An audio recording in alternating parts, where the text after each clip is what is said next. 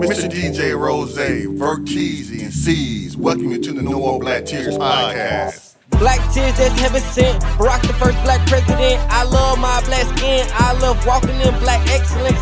Black power, let's represent. All black, that's evident. I'm sure MLK and Malcolm X both didn't die for the hell of it. Strap your seatbelt, go and sell our land. What makes you think that we would sell our land? We wouldn't sell our land. What makes you think that we would go ahead and try to sell out then? No more black tears, black on black kids. Love us as is, love with passion. Paying black bills, learning black skills, making black meals. Black is backing. Big shout out to Fred Hampton. I'm black and proud like I'm James Brown, but I ain't doing no acting. My people here from the motherland. This podcast now active.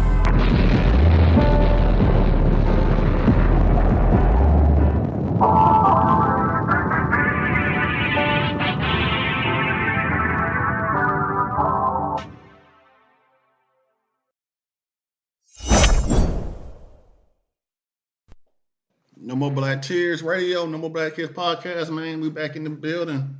It's just me and Verteezy tonight, man. But still, we still rocking and we rolling. You know what I'm saying? No happened to meet Verteezy, man. What's going on? This week in sports. So, it's been a hell of a, weekend. We've had a lot of stuff happen. But let's start with the NBA. NBA All-Star Weekend is this weekend coming up, Valentine's weekend. They announced the teams. They announced most of the people for the events. Is there anything you're looking for NBA All-Star Weekend, Rose? I'm looking forward to how they go set up the games, because especially like the rookie games or the young talent game. How they got, I want to say they have 4 teams. Yeah, 4 teams. And I'm kind of interested in seeing that and just seeing how they set that up. But that's the only thing I'm really interested in seeing. And also, I see that they didn't invite the reigning slam dunk champion back, which I think is whack. He said last year he was retiring. Yeah, but that's the only way you're making your money. He should have came back. He ain't in the league. He probably feel like he more than that, man. Mm-hmm. He more than that. I don't know. He better be happy where he at and what he got going on. But I think he should have came back and retained his title, because I don't think he should have won last year. I feel like it was close. Yeah. So I think he should have came back and ran him back again. But I'm disappointed about that. But only thing I'm interested in seeing is the rookie challenge, or I don't know what it's really called right now. The Rising Stars. The Rising Star, yeah. I'm interested in seeing that. Yeah. As far as most of the events, man, like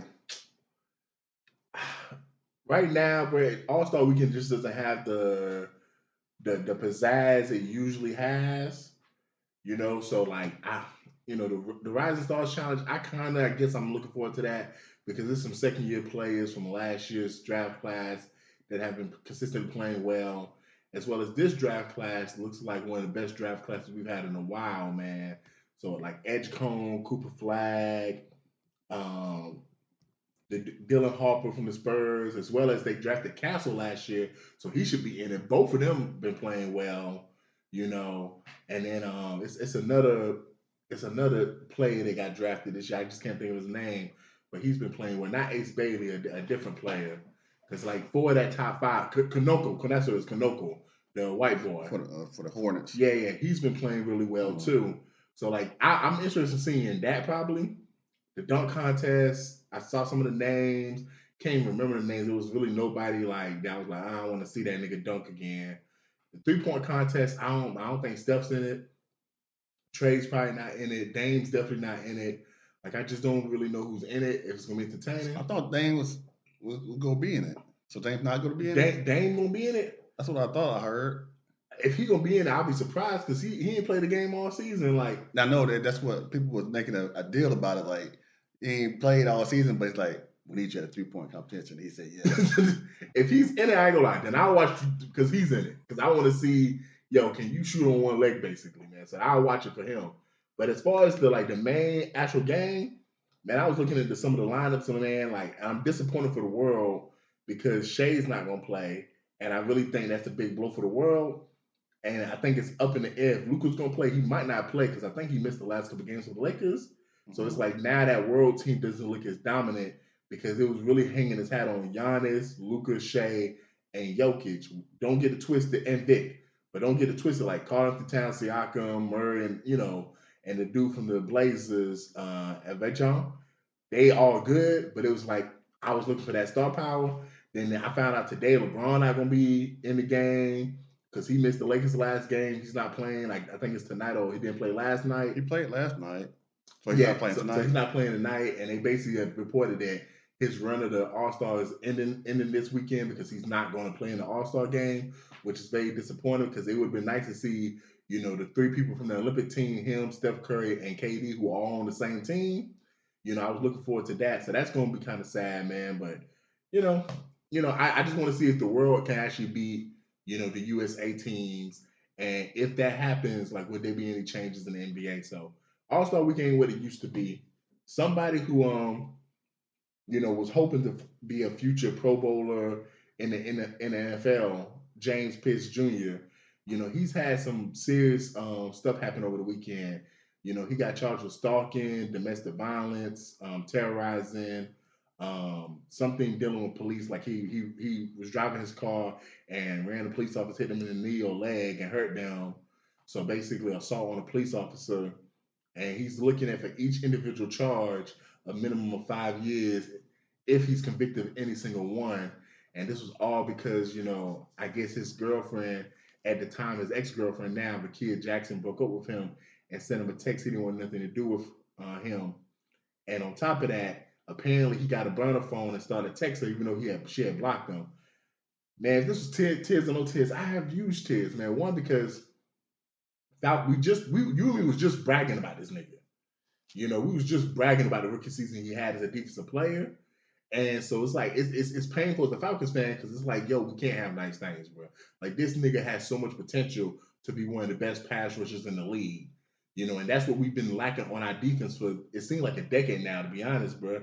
It seemed like we haven't had a good, consistent pass rusher since John Abraham. And that was years ago.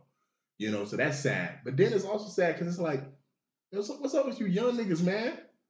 Like, you got a chance to make millions of dollars, change your life, your family's life, your kids' life. Like, yo, even if you just played out this rookie contract, you being a first round pick, that's a couple M's that you was gonna get. Not to mention if you just had a 10-year career, and I'm not even talking about no spectacular 10-year career, Rose. I'm just talking about like journeyman type shit. Yeah, that second contract. You make it to that second contract that you made. But imagine if he would have been like a all pro, multiple Pro Bowler and stuff like that. Now we talking about him potentially signing at $80 million, $100 million. And that cap just seems like it keep going up every year in the NFL. So like he could have got a big contract with the potential we saw his rookie season if he would have continued to grow by the time that deal would have been on his next contract came. And it's like, you did all this for what, man? For some pussy, man? Like, you one of the best athletes in the world because you made it to the NFL. Like, bruh, there's plenty of hoes out there, bruh. And 9 times out of 10, like, we don't know the full details. Whatever reason why she don't want to be with you. And I'm just going to keep it real from what I've seen, Rose, in sports. When you get a sports couple together, usually if they don't stay together, it's because the nigga just cannot realize, yo, I'm with a professional female athlete. She don't got to put up with my bullshit. I can't just be fucking these floozies, man. Mm-hmm. So you just keep fucking up, bro, on both ends. Yeah, it was sad. Everybody turned their back on him. Like, everybody that had him, like, but he deserved it. Like, you did some dumb stuff. Like, we go talk about some young people later on, but that was just young and dumb. And like, you just left the award ceremony, so were you that mad that you didn't get defensive rookie of the year? That you wanted to crash out? But like, you literally crashed out. Like, really crashed your car into her car, hit a police officer, ran from the police. Like, you literally crashed out. And you only had 1 year, and this ain't NBA. This ain't baseball. You ain't guaranteed no more money after this year. Exactly, man. Especially because like they have a good Samaritan clause. Like, when you get arrested, like, and you can't play no more, they take that money. Like, so he's not guaranteed a contract. And then he was good. And like, We was depending on you. Like the whole Georgia was depending on you, and you let us all down. So someone who did not let people down was Bad Bunny with his halftime show performance. Um, early reports said it broke records, but the official numbers, at least for the U.S. viewers, came in. He's fourth all time as the most watched halftime behind Kendrick, Michael Jackson. I forgot what the third one was. And then later on this week, we're going to get the world viewership, which I ain't gonna lie. Like once they add the world numbers in, he probably will be number one all time. Because for him to do that good in the U.S., that says a lot. Man, we watched the halftime show, man, and I'm gonna tell you what I told, Nicole and C's, because we all watched it together. Man, this is probably the best show since Bruno Mars. I remember I talked to MGH, and he was like, yeah, he liked it too. And I broke down what I meant by that. I don't mean was it the best like concert? Nah, because I didn't know all the songs, but it sounded good. But in terms of what he did on stage, man, we probably haven't seen someone use the stage like that to do all these different designs and costumes since Usher. And I remember when Bruno Mars did it during that last Seattle Super Bowl that they lost to the Patriots in. My bad, that they beat the Broncos in. So like in terms of like all the stuff that he was doing, man, from the sugarcane fields to you see the people playing dominoes and stuff, to like they was in New York City. He had Ricky Martin show up. He crashed through the little house, and that part was cool to me, man. He started climbing the power line. Like I thought he showed why he's probably one of the best performers today in music, and why he can go around the world and sell out not arenas but stadiums, because he's that kind of performer. And if you're someone that actually likes his music, you get that kind of show as well as you get to listen to good music, man. I thought it was great, man. I really enjoyed it, man. And last thing I want to say is, man, I'm glad it did the numbers it did, because fuck a lot of them MAGA supporters, man. Because them niggas tried to do their own little halftime show, and that shit was trash, man. Like, if y'all gonna do a halftime show, you racist motherfuckers, at least be like, can we get someone bigger than Kid Rock? Man, Rose, Kid Rock ain't been popping since the early 2000s. Like, nigga, I can't even, I didn't know Kid Rock was still making music. To be honest, I don't even know if he even played any new songs in that shit. Like, he probably was just playing his shit from the early 2000s. Then that nigga looked terrible. And then all the other people on the thing with him, Billboard with him, is like, who is these niggas? So y'all created y'all own show. Y'all couldn't get Tim McGraw. Y'all couldn't get no other country people and be like, yo, y'all could have got Morgan Wallen. They say he racist. Like, y'all couldn't get nobody to help y'all. The Kid Rock was supposed to save the day for y'all. Come on, man. Y'all trash. Yeah, I didn't enjoy the show, but only reason I didn't enjoy the show because I couldn't hear it. I wanted to hear his music.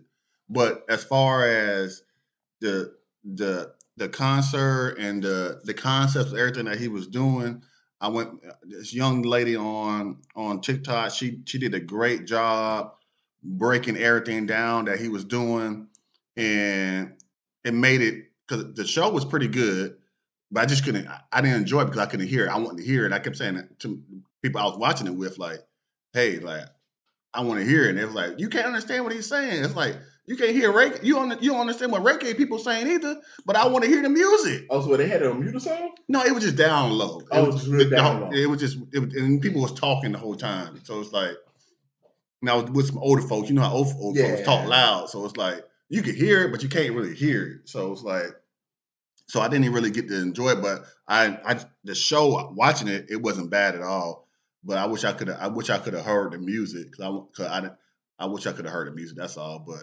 But I'm glad that the shorty broke it down about the power line, because there's a lot of power outages in Puerto Rico. She talked about the flag, how the flag that he had was the light blue flag, and they changed the flag to a dark blue. That's when they brought their flag back. But he had the original flag. The sugar canes. He had slaves in the show. Talking about how the slaves was working the sugar canes. When they was in New York, that was a real woman in New York, that she really has a shop in New York, and they're trying to gentrify her neighborhood. Well, they already did, but she's the last standing building in her neighborhood. And a lot of the concepts that he did, I thought was tight. I didn't understand them at the time, but when she broke it down, I thought it was fire. You know what I'm saying? Yeah, for sure, man. It was definitely fire. Something that, there was more split on what kind of Super Bowl did we get. Was it a great Super Bowl? Was it a fire Super Bowl? Or was it boring? What was your thoughts on Seattle winning the Super Bowl against the New England Patriots? I thought it was a good game. What happened with what I thought happened. New England ain't played nobody all year, and all the good things they did beat in the playoffs, they barely beat them. And when they went up against another good team that wasn't down their quarterback or wasn't down nobody but their backup running back, they got belted. They got BTA, and it was clear and simple. Only thing I was disappointed was KW number 3. Well, you been out all year. Who's this ninja in the last 2 games? And me and Jason was talking about that, like, yo, bro, niggas needed this in the regular season. Picked you up early and everything. Like, oh yeah, you gonna be my starting running back. Boy, that's what make coaches look dumb. Because now he's going to the Raiders. Yep. But you see what happened when he get the ball. Yep. And we talked about something. We watched some of their game and we're like, why he not in the game? Where Kenneth Walker at? Man, it's that dumb shit they got in the NFL now where it's like you see it in Detroit, you see it in goddamn Atlanta, where it's like, well, the first main running back is a star, but the other one that's good, let's split the carries. Nah, man, I told MJ this week, if you got a nigga that's the star, you give them 25, 30 carries, because guess what? In some of the games, he had 30 carries, and if you that kind of running back, guess what? You can deal with it, bro. You can deal with it, because a carry from him can go 30 yards, because some of those 20-something yard carries he got in that game might not have been 20-yard carries with zapping that, man. That shit was crazy, man, but I'm with you. I enjoyed the game, man, because I enjoy watching defense, man. Like, I want to start off before I even get on the Seahawks. It's a shame that the Patriots lost the way they did, and this is the reason why. We're not going to talk enough about the fact that we got the privilege to see probably the second best corner in the league, Christian Gonzalez, because the performance he put on, he did good. TJ called me and he was like, yo, this dude because he was like, James ain't gonna go off. I was like, man, Christian Gonzalez one of them dudes, bro. The only nigga in the league that I feel is better than him is Satan, but he's one of them dudes. He's been like that since his rookie season. And he had an ACL injury his rookie season. So for him to come back last year after the year he did and come back this year and be even better, man, like there was plays that I was like, yo, man, like those would have been touchdowns without him. Those would have been first downs without him, man. You know, the only play that I wish he would have made, I wish he would have got that pick that would have been in the end zone because he technically got both hands on it, and that could have kind of helped the team out. But still, he had an A+ performance in my opinion. I can't say the same about his teammate Will Campbell. That nigga was hoary fucking ball. Didn't I call it? Yes. That nigga was hoary fucking. We was watching the game. Early in the game, he flinched and got a false start. And Nicole was like, damn, what's going on? I said, man, a lot of times when you see offensive linemen flinch like that, especially left tackles, they're not good enough to block the person in front of them, and they know it. So I said, that nigga's scared. And the rest of the game, it's like each Seattle defensive lineman said, I want to have a turn, you want to have a turn. They ran a train on Will Campbell, bruh. That nigga gave up, they said 14 pressures. Mm-hmm. That nigga broke a record in the Super Bowl, 29 pressures for the whole playoffs. And this was the same nigga that said, I'm going to die for my quarterback, bruh. That was crazy, man. I feel bad for Drake May because in those circumstances, could he have played better? But if you watch that game, they was killing that nigga, man. Like, Seattle lived in the backfield, bro. They was hitting him constantly. He did the best he could. You know, the fact that he got so bad in the game, we made a little parlay on the side between ourselves saying, yo, do y'all think they're going to get a shutout? And when they scored them 2 touchdowns, it was like, oh, well, we was happy for them. Man, now to the Seattle side of the ball. Kenneth Walker, nigga, you earn yourself a lot of money, dog. Bro, because he about to be a free agent. You earn yourself a lot of fucking money. I kept texting everyone in the group like, yo, this nigga earned a lot of fucking money. I needed this in the regular season. I said, this is because, bro, somebody finna pay that man. Some of these teams, like the Cowboys and Texans, that started niggas like Woody fucking Marks at running back. Somebody finna pay Kenneth Walker to be their starting running back, bro. Now, is he gonna have a great regular season? Who fucking knows, bro? Because these niggas be acting like hoes. But he gonna get paid, bro. Because I ain't gonna lie. Can I keep it real with you? What's up? I said he was so sorry in the regular season. I was like, man, they said he a free agent. That nigga fucked up because he was supposed to go off this year. I said, that nigga ain't finna get no big contract. But he played so well in the postseason, I ain't gonna lie. Even though I had him in fantasy and he played badly, I would pay that man. Yeah. Because I would just bank on maybe the talent's there. I would just hope that maybe if I give you the ball, because he do that. Because he didn't really play bad. He just didn't do what he was supposed to do. Exactly. He didn't have the numbers in it. If we give him the ball. Yeah. You know? So like, yeah, so like that would be my thing, man. But JSN, even though he didn't have a big game, you could see by them the way they played him. And plus he was hurt a lot of game though. He was. But the way he played, if you watch the coverage and how they did the coverage, it opened up things for people like Cooper Flagg, AJ Barner to make plays. And to me, that's elite. That's elite MVP right there. It's not necessarily all the numbers you're putting on the field. It's how you making your teammates better. And when he was on the field, when he came back, just him being on the field, the offense looked better than it did when he was out for a little bit. And also, Sam Darnold missed him on the touchdown throw. Yeah, Sam Darnold did miss him that. And that would have really made his numbers, because that probably would have been a 70-yard play. He finished the game with 20. So you're looking at 90. 40. He's 40. Yeah. 40. So that would have been over 100 right there. So definitely, man. But Sam Darnold played an okay game. He had some throws he did miss, but he did not turn the ball over. Mm-hmm. He had some big throws he made. That touchdown to AJ Barner was like really huge for them, man.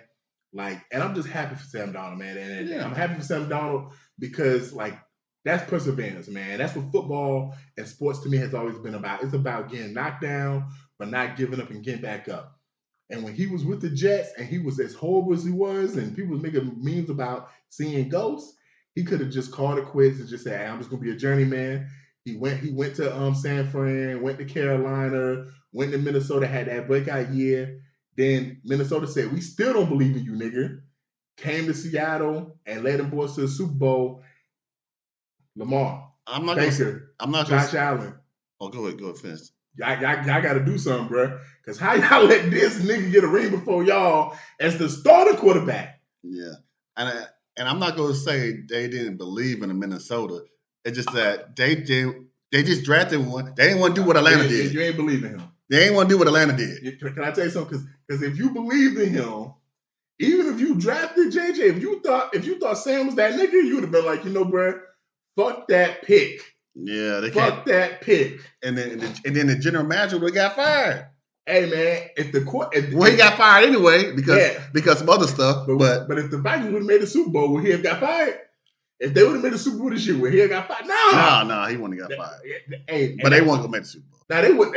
I don't know. Brian Flores is a good defensive coordinator too, but that Seattle defense, he ain't had the players that Seattle had. Seattle defense is a whole nother level, man. And that was the last thing is, man, doesn't it feel good to watch a football game without having to worry about just star quarterbacks, a game that's built around team ball? Like, I just love this whole postseason watching teams go out there and perform, bro. This ain't the NBA where it's about the players. About star players. This is the NFL. This is team ball. That defense in Seattle has been good the second half of the season, the postseason, and they put on a clinic and they showed, guess what? It's 2026, goddamn it. But we still play defense in this league. And I told the group chat, I told C's when the game was pretty much over, I don't care how long they play football. Defense will always be a pinnacle part of the game. If you can get to the quarterback, if you can cover these receivers, you can give yourself a chance to win championships. And that's what the Seattle team showed me, man. Yeah, I agree with that. Are there any final thoughts about the Super Bowl or what it means for some people and stuff like that? Not really. I'm glad for Sam Darnold. I'm glad for the Seattle. I'm glad for America that the Patriots didn't win. I'm just excited, man. It was a good game. It, and it really that was a real that it was a football game. The players on the field decided the outcome. It wasn't except for the flag on that ticky tack holding Very call clean game. with KW Yeah. where he should have scored a touchdown. Because I thought they was going to take the MVP when he didn't score a touchdown. I thought it was going to give it to the field goal kicker. But I'm glad they still gave it to You him. don't think the kicker deserved it? Yeah, he did deserve it. Okay. That's what I'm saying. But I thought, but I said he needed a touchdown to get the MVP. Yeah, to seal it, yeah. So, but when they took it back, I was like, dog, they probably gonna give it to the kicker. But of course, I wanted him to get it. Yeah. But I was still surprised that they gave it to him because the kicker scored more points than New England did. Yeah, the kicker was amazing, man. But I enjoyed it because people was like, oh yeah, this is about the Patriots. This is about Drake May. I'm like, but they ain't played nobody all year. Yes, they went 9-0 on the road, but they ain't played nobody. And they beat Buffalo. I said Atlanta beat Buffalo. And we beat the brakes off. It wasn't even close. Yeah, we did beat the fuck out of niggas. So it's like, what you talking about? That like we can talk about this all day. Who'd y'all play? Yeah, they had one of the easiest schedules. I want to say in the last century, man. That's what the numbers show. For me, it's two things, man. I think this is going to change how teams around the league build their teams. We're going to see a more focus on going back to defense and not always catering to the offense because both teams was led by defense. And if you look at the postseason, especially in the AFC, there was just so many defensive-led teams from the Chargers, Texans, Broncos, Patriots. Then you come over to the NFC, Seattle was the cream of the crop. A lot of teams are going to focus more on defense, which I think is good, man, because everybody can't have a star quarterback. So build that defense up, and you can stop some of these star quarterbacks. Second thing, Sam Darnold, I said this 2 years ago when the Panthers benched Bryce Young.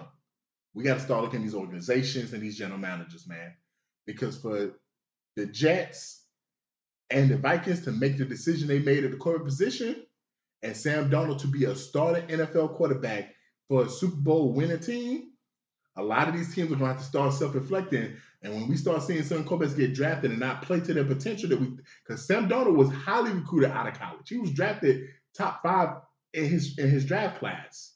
You know, some people thought he should have got drafted number 1 in that draft class because he had a great college career.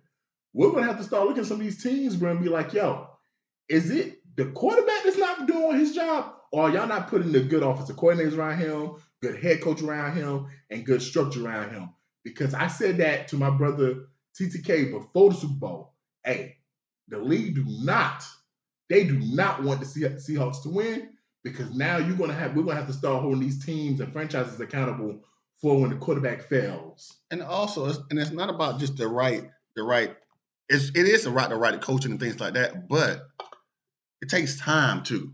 We're gonna have to be more patient, and the general manager gonna take criticism because are you putting the right pieces around the quarterback too? Yes, but also, do you remember in the 90s and the early 2000s when you drafted a rookie quarterback, they did not touch the field. Yeah, they might not have played. Like Aaron Rodgers didn't play for 4 years basically. They did not touch the field.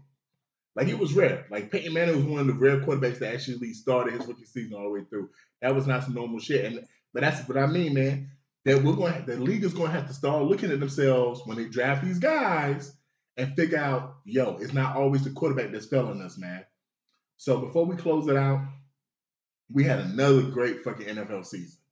Like we got to see players like Bijan go from being a good player to a star player. We got to see JSN hit that next echelon of player. We got to see teams make the playoffs. They haven't made the playoffs in years, you know. And we got to see Josh Allen cry and have them baby tears. Are there any things from this NFL season that you would take from it? Oh, man, let's see. Atlanta is still in quarterback purgatory. We have now entered the land of defensive end purgatory again because of James Pierce. Yeah.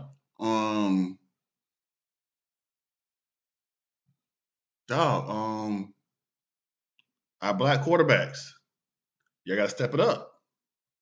I didn't see a lot of y'all in the playoffs. And the ones I did see in the playoffs, you stunk it up. We got to step it back up. Except for Bryce. Bryce balled out. He just lost. He did ball, though. He had a good game. But he ain't win. No, he did not. Yeah, so you got to step it up. Yeah, it's only one thing that counts, and that's a W. You know what I'm saying? So that means CJ did good then. CJ went 1-1. Man. Stop talking so much, CJ. I told you that 2 years ago. He's catching up with you. But he cut his hair now. I think he wanted to be inconceivable, so I think it might be too much. Michael talked too much. You see what happened to him? Yeah, but even in the wheelchair, you saw that shit he was doing at the Pro Bowl? Yeah, when was the Pro Bowl? Did somebody watch that? They put it on the Tuesday night. That's what happened, bro. Man, more people listen to our podcast and watch that Super Bowl on Tuesday.